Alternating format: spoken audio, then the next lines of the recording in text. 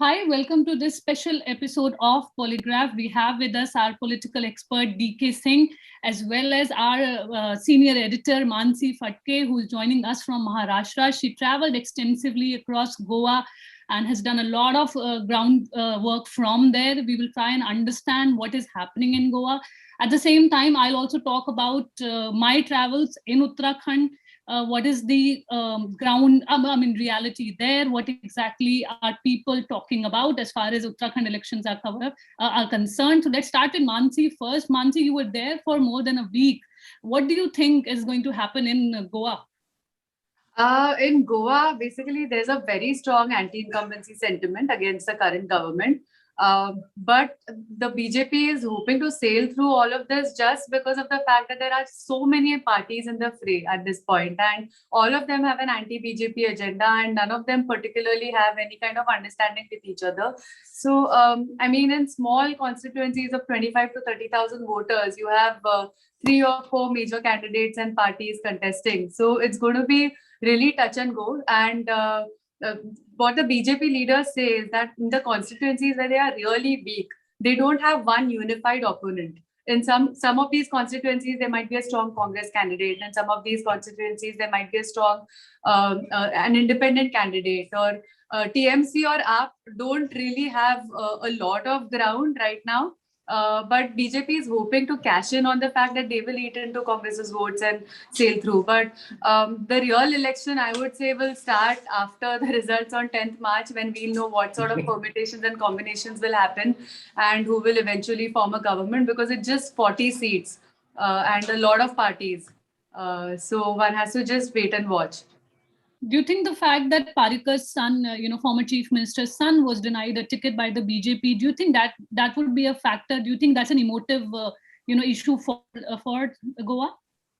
No, it's not something that will work for or against the BJP pan Goa. If we only talk about the Panjim seat, if we also look at traditionally how Parikar has won the Panjim seat, and he had kept the Panjim seat for the BJP since 1994 till the time he went to the Union Cabinet in 2014. But except for a couple of years, he's never really won the seat by a margin of more than 1,500 votes. And 1,500 votes in Goa is a good margin, but it's not like a whopping victory. It's not, it's not so strong enough to say that it's out and out, Parikar's bastion. Now, when you look at Utpal, this is his first election, and it's directly an assembly election. He's not even worked as a Karyakarta for his father, because Manohar Parikar always wanted it that way. It's not like he's done ground canvassing or reaching out to voters or fought any local elections or supported local election candidates. So in terms of the general populace of Panjim, there's very little that, they know about him, and all that might work in his favor is Parikar's legacy. Whereas the opposition candidate, who is Atan Monzaret, who is popularly known as Babush in Panjim, who was previously with Congress and now with the BJP. He has a strong support belt in certain pockets of Panjim.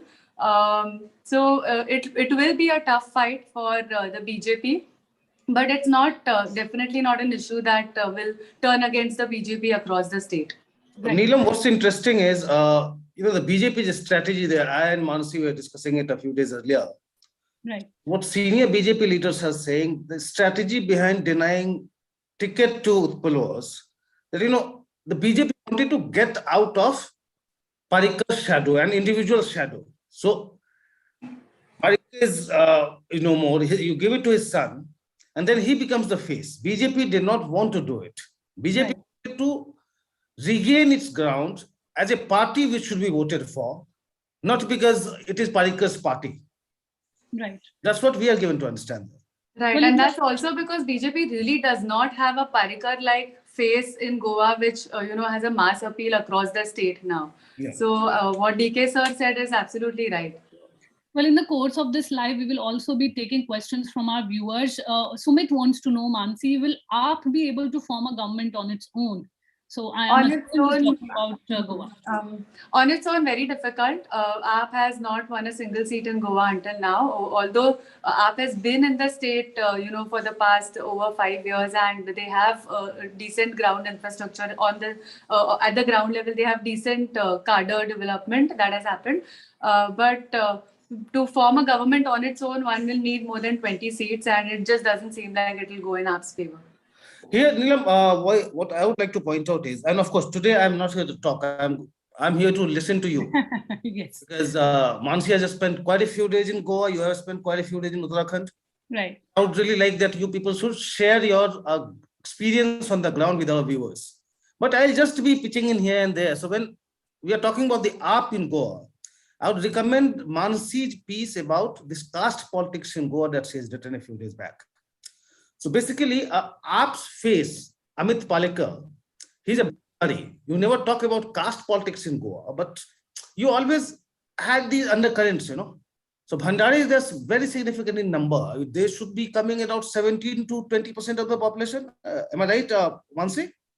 They are about 60% of the OBC population, and OBC population is a significant portion of the Hindu population. So I wouldn't say 60, around 70, 18%. 30% of the total population. Yeah, so do read that copy of Mansi, where she's pointing out that, although you have Bhandaris as a significant factor there in terms of a caste group, in Goa politics, caste had not really come on the surface that you see in UP or Bihar or anywhere else. It has always been undercurrent, and so far there has been just one Bhandari CM, that was Ravi Nayak. So this time, AAP trying to play on that pitch, that caste. It will be interesting how it works, because AAP's chief ministerial candidate comes from very dominant caste, that is Bhandari. We are getting a few more questions on the Aam Aadmi Party, especially.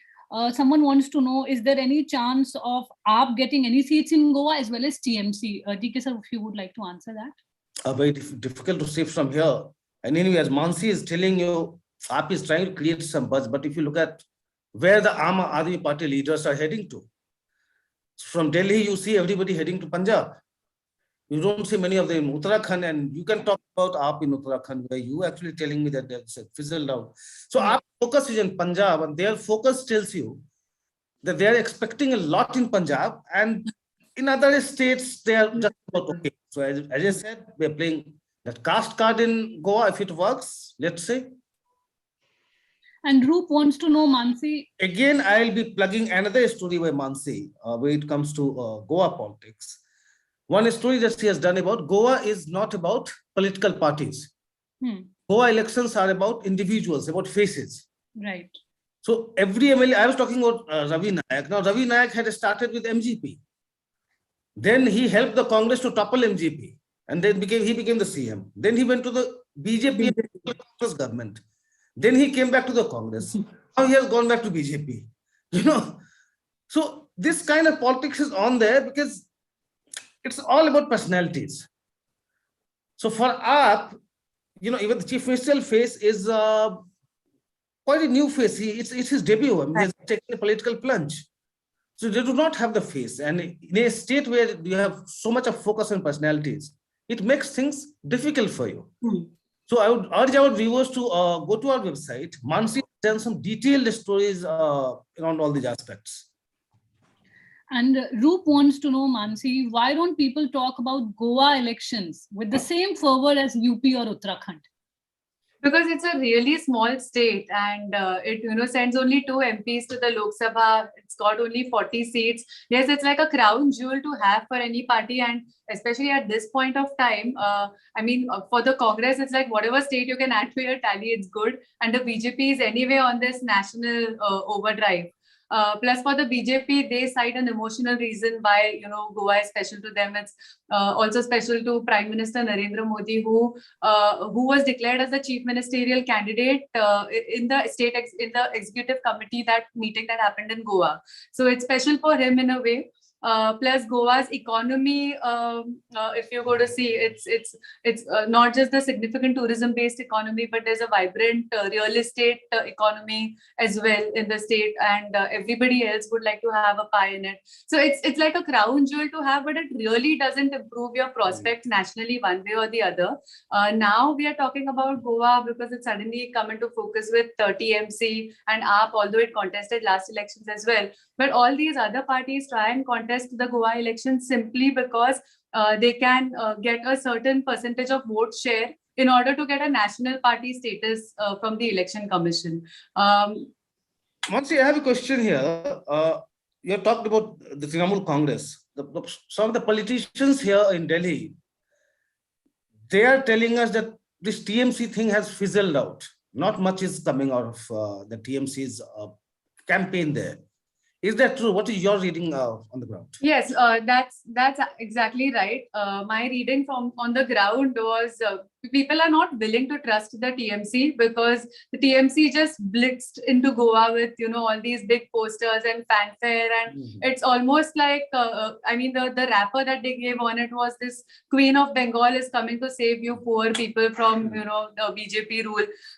So Goans basically are very they have a lot of self-pride. They have a lot of attachment to their Goan identity. So they still look at TMC as a very outsider party. And in Goa, it seems like the impression that has been that is stuck in the minds of voters is that it's more IPAC than TMC. It's not a political party on the ground. It's an agency hired by a political party to increase their presence, and the agency is full of corporate honchos. And that really doesn't cut much ice with the voters. Having said that, TMC may get a few votes here and there. It could also open its account in Goa. One never knows because the margins are so tiny. It's very difficult to predict. And in every constituency, there are at least 2 or 3 strong contenders.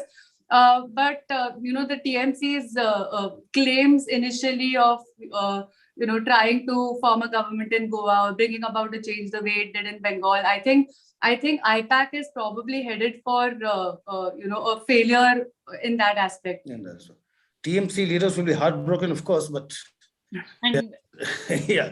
See, the the messaging also that you get, Lorenko joining the TMC. Yeah, exactly. So, it sends somebody Reginaldo left, then Lahu Mamredar left. I mean, a lot of people who initially joined the TMC realized very soon that it's not going to work with their voters. So basically, where the TMC may factor in is when you have very close election between the BJP and the Congress. Right. Visuals, it will depend on how much the TMC is able to take away the anti-incumbency votes. Absolutely. And because in a lot of states, TMC has tried to get the runners-up of the last election.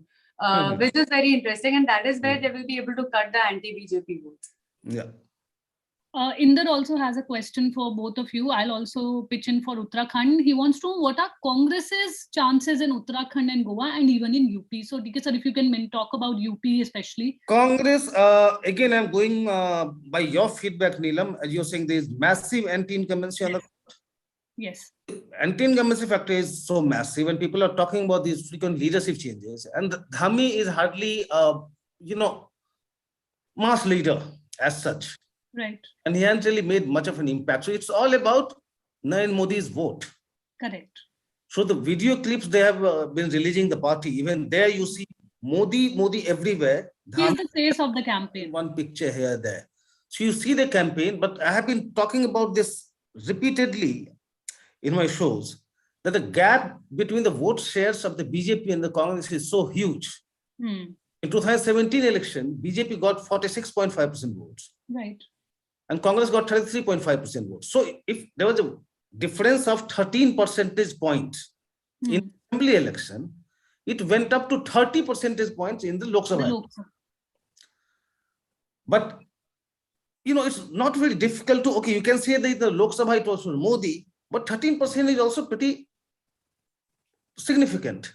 But if on the ground you have this huge anti-incumbency sentiments as you have felt, then anything can happen. I mean, it's an open case, I would say. You can share your experience here. Yeah. So, for instance, sir, I found that, this election, as Mansi was also saying, it has become very individual specific battle. More than the parties, people are looking at candidates that they like or dislike. So every candidate of BJP, I mean, there are 70 seats, and in most of them, I found that, they were doing their own campaigning, especially Congress. They're relying on their own funds. They're managing their own social media campaigns. And at the same time, when they're interacting with the voters, they are talking about that you should, trust me and me as a person, not me as a BJP or a Congress leader.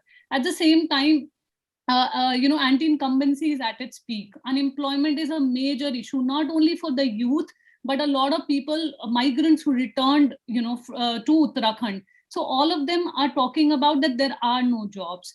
In the hilly region, especially, we will be doing a story on this. Distress migration is a major issue. Most of them have shifted, from one village to another, but they say, how long will we keep moving in search of, livelihoods and better facilities?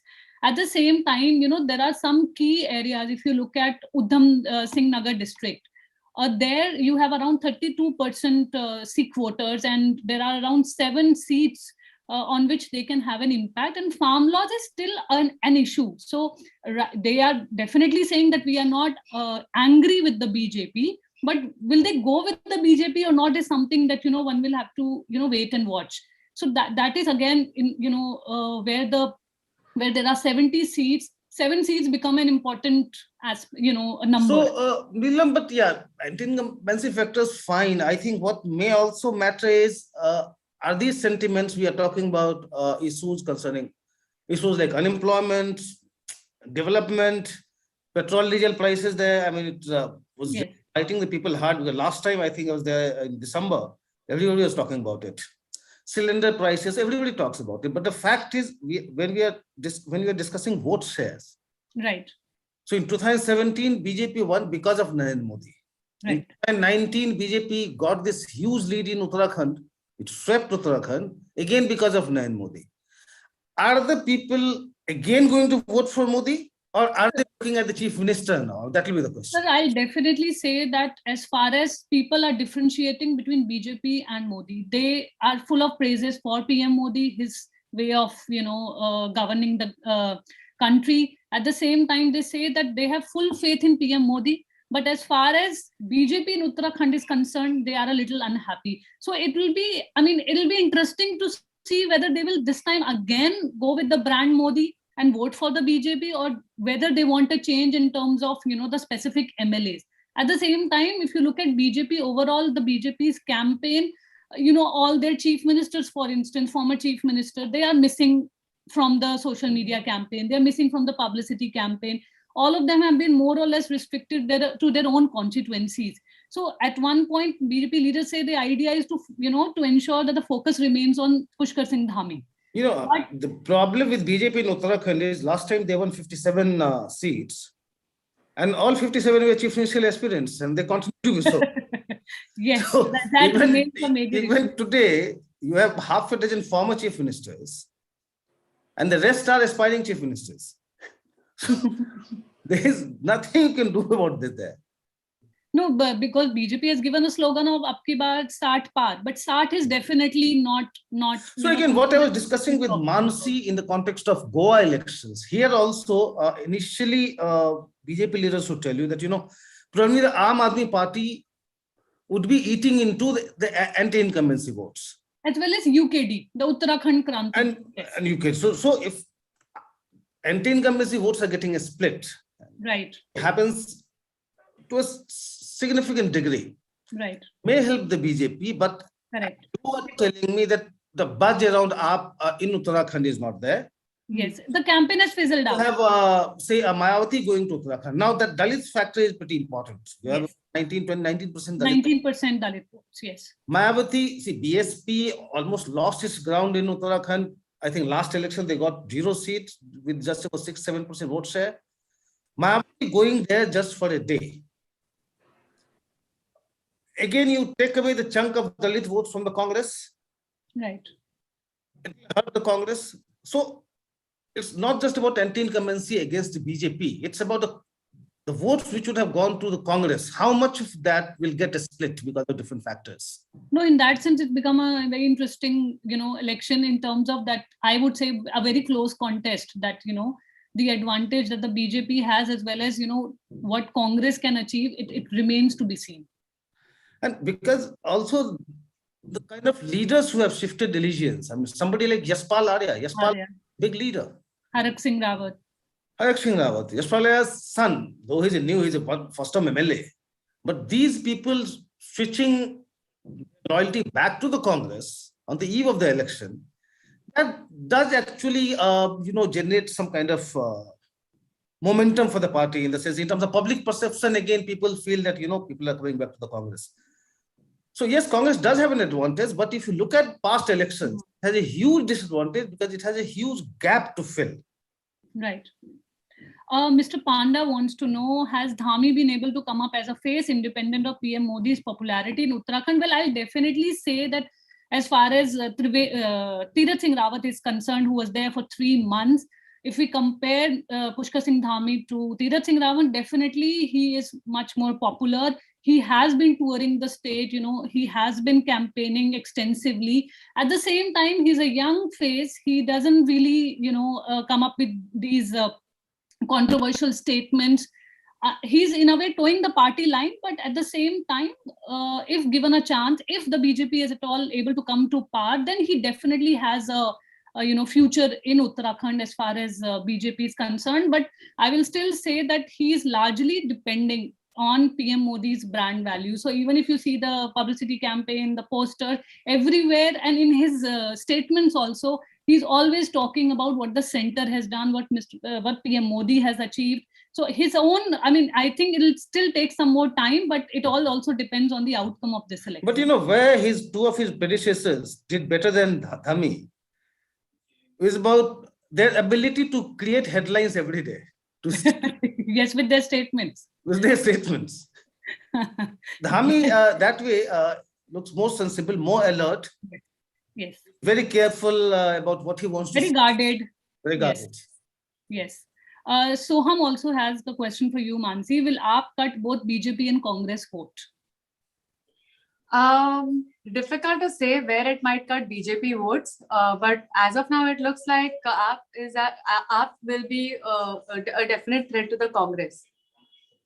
But see, basically, even today, the major fight in Goa is between the two national parties, the BJP and the Congress, and then depending on how how they can manage the other independents in the fray. That is still the major contest. AAP and TMC, these are distractions as of now. Another question from Bharti, who's a member of our YouTube channel. She wants to know, will Parikar's son, we have addressed this issue, but just for Bharti, will Parikar's son do any good out of this election? Because BJP didn't really treat him as a BJP karyakarta. See, for Parikar, this election he has nothing to lose. He has never been a politician. He has been a businessman all his life. If he loses this election, he can say he gave it a fight. He tried to reclaim his father's legacy. And there's a significant, about 2,500 about 10% of the total voting population of Panjim are Saraswat Brahmins who may rally after him. And Saraswats are also seen as opinion makers. So that might have a trickle-down effect on the other population as well. But Utpal right now will not benefit from the anti-BJP votes, or maybe to a lesser extent, because consistently he has evaded this question about whether he will join an anti-BJP front if he wins as Panjim MLA, as an independent MLA. He has always remained silent. So there are concerns about whether he will again extend support to the BJP in case he comes up as a winning candidate.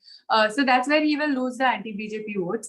That's where he'll not benefit from the anti-BJP votes. Look at the dilemma of BJP cadre there. You have the official candidate who you don't know where he was in the past, where he is now, and where he is in future. Absolutely. He is the party's official candidate. And the man who they have been seeing, Manohar Parikar's son, he has not got a party ticket. So cadre they have to stick with the party anyway. But the cadre is also split in some ways. There are a few people who are rallying behind Utpal as well. The old-time Karyakartas are upset with all the Congress influx that has happened. And I mean, with Babush, it's not even just about Congress influx. He also has a very serious list of criminal records, including a rape charge at one point of time. And in general, if you look at the Panjim falls in the Tiswadi Taluka, which is 5 seats. So over a period of, the last decade, he's almost tried to, build his fiefdom in the Tiswadi Taluka. He's contested from Santa Cruz, he's contested from Talegaon. Now he's contesting from Panjim. His wife is contesting from Talegaon, and the other couple of seats he has, his aides have represented those seats. So that's something that, well-meaning members of the civil society don't want happening, with Babush kind of creating his network and then being so unreliable that he might be with this party one day and another party some other day. DK sir, another question for you from Namrata. She's asking, how involved has the central leadership been in Goa as far as Congress is concerned? I think, look, UP is so important for them. I mean, you see everybody in UP. Goa, the Prime Minister is going there, but I think he'll be there just for once, 14th year of the election. Earlier, yes, you could see even Nitin Gadkari going there off and on to talk with people, but BJP leadership also knows it's about the faces. And they have been able to keep the MLAs together, at least. We are talking about Babush, for instance. I mean, could that Babush has stayed with the BJP? I mean, for the sake. And then again, opposition is totally split. So BJP is looking at Goa, but I think as Manasi has started with, BJP will probably save its energy for real elections after the results are out.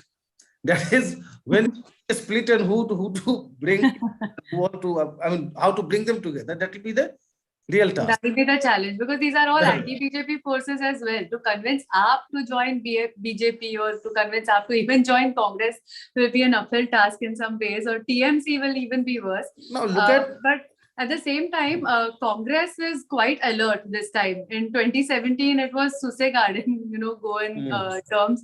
So Congress has been very alert. Congress central leaders have, taken an active interest in the party, built its cadre from bottom up, ensured that all the booths, etc., workers, etc., are in place. Of course, there are rifts here and there. And it's another thing in Congress's favor is that if for the people who are tired of this personality dominated politics of Goa and defections, they have numerous fresh faces, and all these, as in the average age of candidates in Goa from the Congress is very opposite to how the party has always been. The average age is about 40 or even younger. So these are the factors that might work in Congress's favor. And this time Chidambaram had come once and he was asked this question by a few Congress bloc workers saying, what is the point? We work hard, we give you MLAs and we add to your tally, and then you let the BJP walk away with our government. So he had apologized for what happened in 2017, and he'd actually said that I'll guarantee that if Congress comes as the single largest party this time, we'll form the government in 5 minutes. I mean, this is... at Chidambaram, it's interesting. We have discussed it, how Chidambaram's emergence as a poll strategy. How involved he has been in the campaign. Yes. Yeah, and in fact, it has given him some... something in the sense that, really his language has changed. The other day I was hearing him in the Rajya Sabha, and then he was calling NDA as a no data available government. Something to him. So what is fascinating about Goa for me is, since 2017, 60% of the MLAs changed their loyalties, changed their parties. That is amazing. So let's see what happens after 2022 election. There might be more bypolls that might fall. I'll just interrupt you here, DK sir, because Dr. Jose has a similar question. So we'll end with that question. Will the defections of the Congress MLAs to BJP in Goa impact BJP? And are the voters in conflict to vote for BJP as perceived as a horse trader, and while PM shows a clean face? See, I'll take the second question first. The so-called horse trading or so-called, changing your party. Voters aren't really bothered much. At least you go by the record.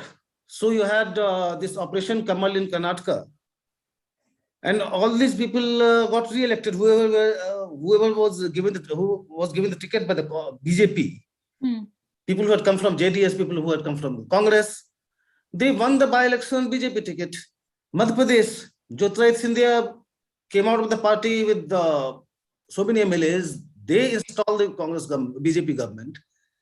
And most of them went on to win their seats in bypolls. It is happening in state after state. So, and I'm sure people also know why people change their loyalties after elections. I don't have to say like what are the fact, why they should be doing it. People are aware of it. Still, they're voting for it. Voting for such people, voting for turncoats. So I don't really think that will be such a big issue, even in Goa. Right. In Goa also, again, we have, I mean, the winning margin required is so little that, you know, it really does not make a big difference if a personality has a decent enough following. But at the same time, when through the whole 90s decades and the first about 6-7 years of 2000s, Goa has seen very volatile governments, and this sort of defection, horse trading, toppling governments, etc. was very common. In fact, 20 chief ministers in 34 years of statehood. Yeah. And 1987, I think there have been 20 chief ministers of Goa. Yeah. 34 years of statehood and about 20 chief ministers in Goa. But then from 2007, we've seen that the voters are voting differently. I mean, 2007 to 12 was the first very stable government in Goa. It was a Congress government. But then there was also a lot of talk about mining, corruption.